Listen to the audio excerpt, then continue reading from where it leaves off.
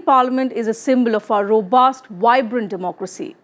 17 years ago, on 13 December 2001, the legislature of the world's largest democracy was attacked by a group of 5 heavily armed terrorists. Although the attack was foiled by security personnel deployed in Parliament, the ensuing gun battle claimed 9 lives. Today, we mark the supreme sacrifice of those killed in the attack. It was their valour and courage that saved the lives of hundreds others. Their heroism continues to inspire every Indian.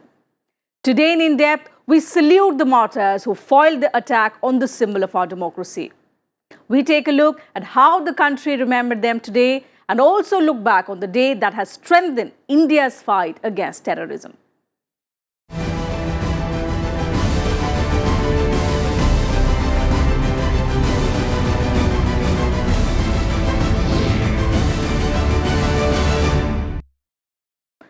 "17 years after Parliament came under attack, the nation paid tribute to the martyrs who made the supreme sacrifice while protecting the highest symbol of Indian democracy. Members of Indian Parliament paid floral tributes to the martyrs while remembering their valour. Both houses also observed silence.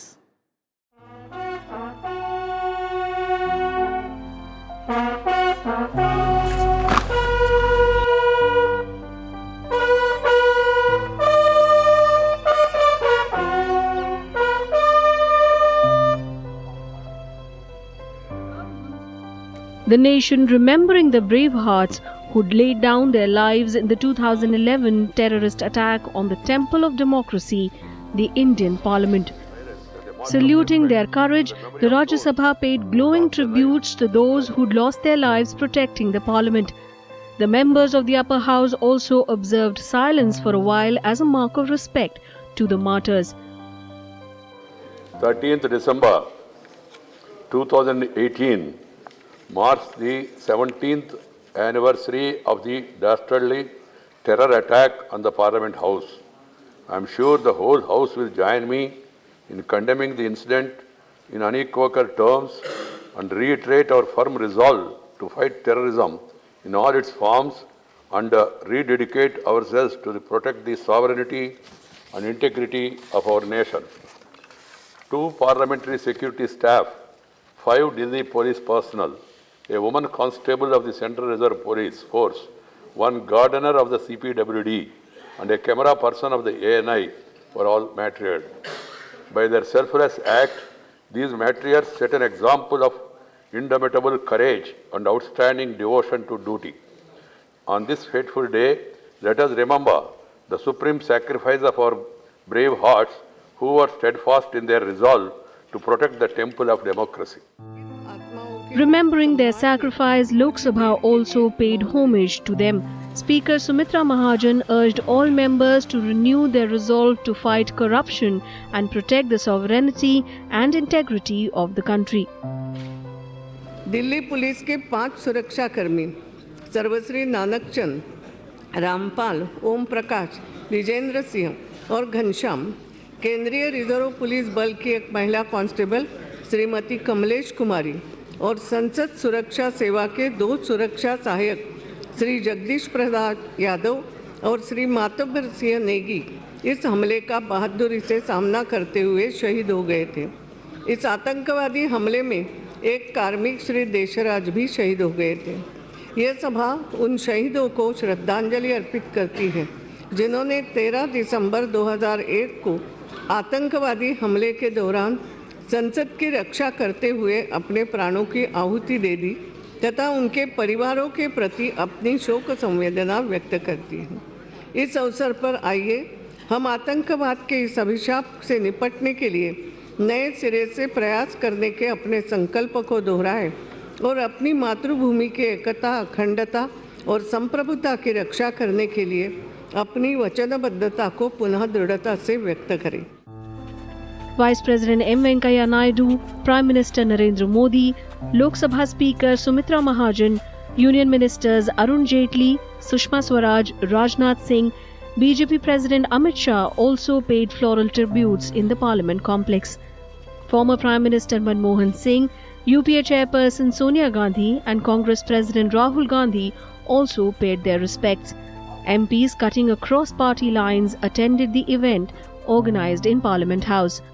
President Ramnath Kovind, who is in Myanmar, tweeted saying India gratefully remembers those martyred while defending the parliament from terrorists.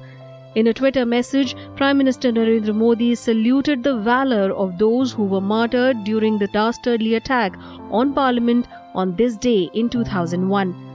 He said their courage and heroism inspires every Indian.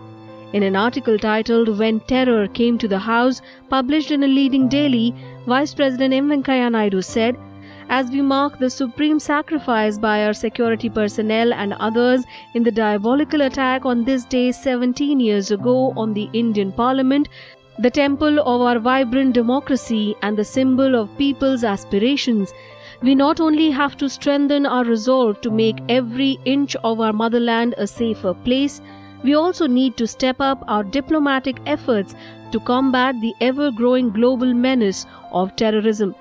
We have to build stronger coalitions against this scourge that is afflicting humanity." It was 17 years ago on December 13, 2001, when 5 heavily armed gunmen stormed the parliament and opened indiscriminate fire, killing 9 people. More than 100 people, including MPs, were inside the parliament complex at the time. All 5 terrorists were gunned down after a long gun battle. Bureau Report, Rajya Sabha TV. The attack on Indian Parliament dealt a severe blow to the Indian security apparatus. Several questions were raised regarding the security lapse inside the most guarded building in the country. How did the terrorists manage to get inside the Parliament complex? And how were they stopped from carrying out their plan to blow up the age-old structure? Let's understand in this report. 13 December 2001 was a dark day for India. A day when terrorists attacked the symbol of democracy, the Indian Parliament. In the worst breach of government security, 5 heavily armed terrorists stormed the sprawling Parliament House complex. 9 people, including 5 Delhi police personnel, a woman constable of the Central Reserve Police Force, 2 members of the Parliament Watch and Ward staff, a gardener and a camera person were martyred in the attack. 16 others were left with injuries.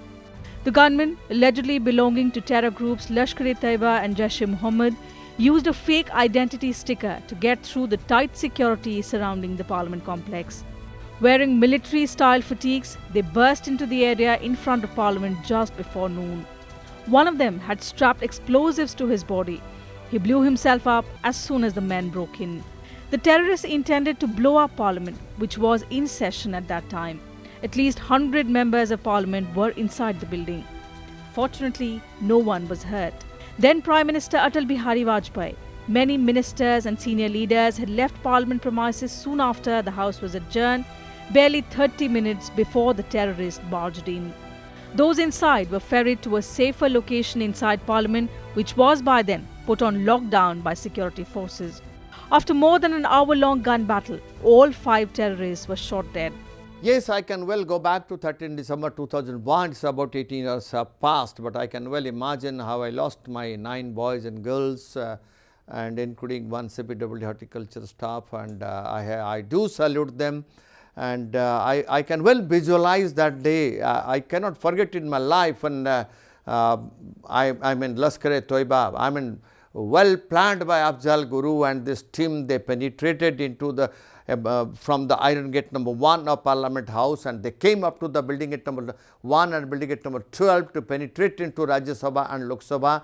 They knew their targets very well. They had a very good planning and very good rehearsal done by ISI, and weapons were made available to them by the shelters of Jaish-e-Mohammed and Lashkar-e-Toiba people, those who were there in all around Delhi, and weapons and ammunition were provided to them. And perhaps they did take a rehearsal of how to attack the Indian Parliament, how to enter and how to get down from the vehicle and how to start firing, and from which building gate to enter into Rajya Sabha and how to go to Lok Sabha. They all planned it.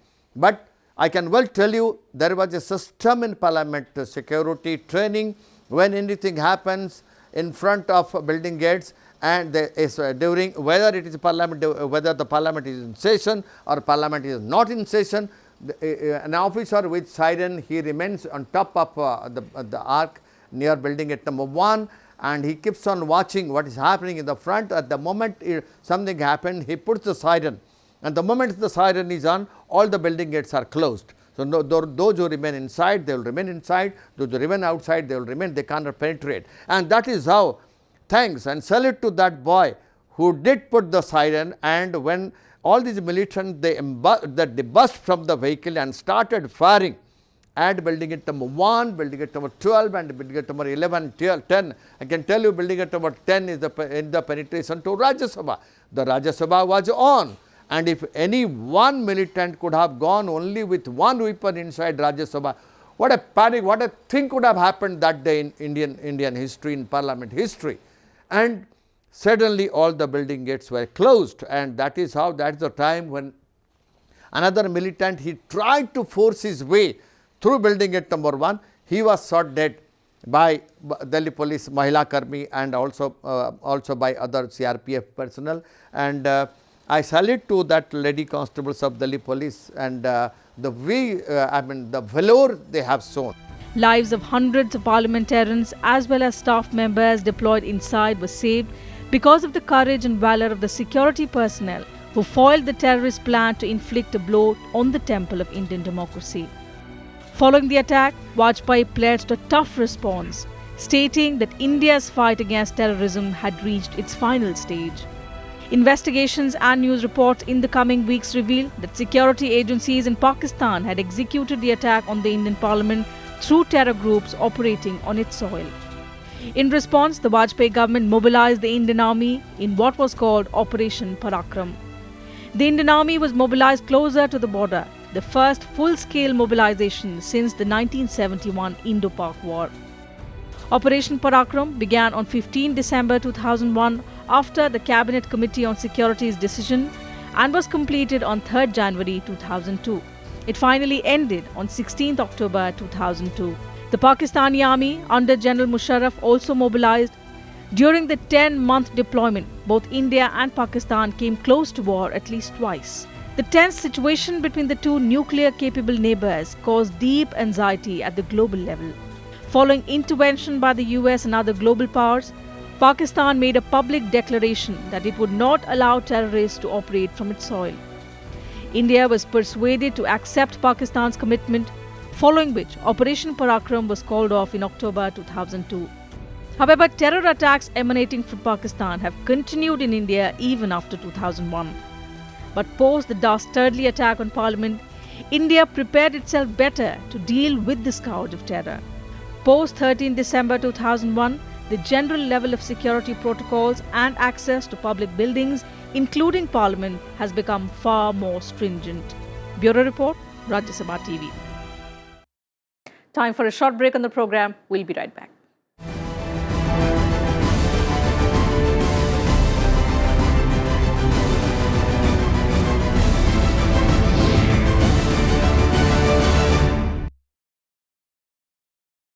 Welcome back. You're watching In Depth. Afzal Guru, the prime accused in the Parliament terror incident on 13 December 2001, was given capital punishment for his role in the attack. In this report, let's take a look at how the investigations unfolded into the heinous incident that took place 17 years ago. The Parliament attack on 13th December 2001 triggered extensive investigations that revealed then possible involvement of 4 accused: Muhammad Afzal Guru, Shaukat Hussain Guru, who was the cousin of Afzal Guru, Shaukat's wife Afsan Guru, and Saeed Abdul Rahman Gilani. After these 5 terrorists were killed, then the investigation started, and a very detailed investigation took place. And I must commend the investigating agencies because they did this in a very quick time frame. And ultimately, they brought all these perpetrators to book. They were put on trial. Some were sentenced to jail terms. Some were sentenced to, some were given the death sentence. Among them was a person called Afzal Guru, who of course became very prominent later because there was a movement by some sections of society who were trying to actually free this man who was trying to destroy India. Now, I think that again is a tragedy of India, that the people who are out to destroy your country, we still have people within the country who try to support such people. But I think it is a firm decision taken by the government at that time, and finally this Afzal Guru was executed. And that is ready to send a message across that such incidences will not be tolerated. In a dramatic turn of events, 2 days after the incident, on December 15, 2001, the Delhi police picked up Afzal Guru from Jammu and Kashmir and S.A.R. Gilani of Delhi University's Zakir Hussain College for questioning. Both were later arrested. 2 others, Afsan Guru and her husband Shaukat Hussain Guru, were picked up later. On December 29, 2001, Afzal Guru was sent to a 10-day police remand. Almost 6 months later, on June 4, 2002, charges were framed against 4 accused: Afzal Guru, Gilani, Shaukat Hussain Guru and Afsan Guru. On December 18, 2002, the court pronounced the death sentence on S.A.R. Gilani, Shaukat Hussain Guru and Afzal Guru, while Afsan Guru was let off. The following year, on August 30, 2003, Jaish-e-Mohammed leader Ghazi Baba, the prime accused in the attack, was killed in an encounter with a border security force in Srinagar. 3 more militants were also gunned down along with him in the 10-hour encounter. Syed Abdul Rahman Gilani was acquitted in the case on October 29, 2003. On August 4, 2005, the Supreme Court confirmed the death sentence of Afzal Guru, while commuting the death sentence of Shaukat Hussain Guru to 10 years rigorous imprisonment.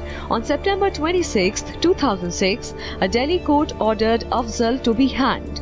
Afzal Guru's wife Tabassum Guru filed a mercy petition with then President APJ Abdul Kalam on 3rd of October 2006. The Supreme Court on January 12, 2007 dismissed Afzal Guru's plea seeking review of his death sentence, saying there was no merit in it. On May 19, 2010, Delhi government rejected Afzal Guru's mercy petition and endorsed capital punishment awarded to him by the Supreme Court. Shaukat Hussain Guru was released from Delhi's Tihar jail on 30th December 2010. Then Home Minister Sushil Kumar Shinde on 10th December 2012 said he would examine Afzal Guru's file after Parliament's winter session concluded on 22nd December that year. It was on February 3, 2013 that then President Pranab Mukherjee rejected Afzal Guru's mercy petition. Finally, on February 9, 2013, Afzal Guru was hanged in Tihar jail. It is, of course, after then Afzal Guru was caught, there was a lot of hue and cry for hanging Afzal Guru, when politically we cannot concentrate and politically we cannot unite ourselves in our country. Even for Afzal Guru, we tell Afzal Guru was a leader, we tell Burhan Wadi was a leader. What type of leader they were? They were militants. They are supposed to be hanged. It is good that they are hanged. He was hanged. Lot of hue and cry it was there. Why the dead body was not given to his relations and all, why he was hanged, why proper hearing was not being made. Proper hearing? What all? Kasab's proper hearing, Burhan's proper hearing. Are they not anti-nationals? Were they not planning to attack against our country? They required to be hanged. And that is the punishment they got. And on that aspect, whole country should be united. And we should remain united. And that is what Pakistan should know. All such mercenaries, all such jihadis ISI is sending to make violence in our cities, not only in Kashmir, other places also, they will also face the same consequence.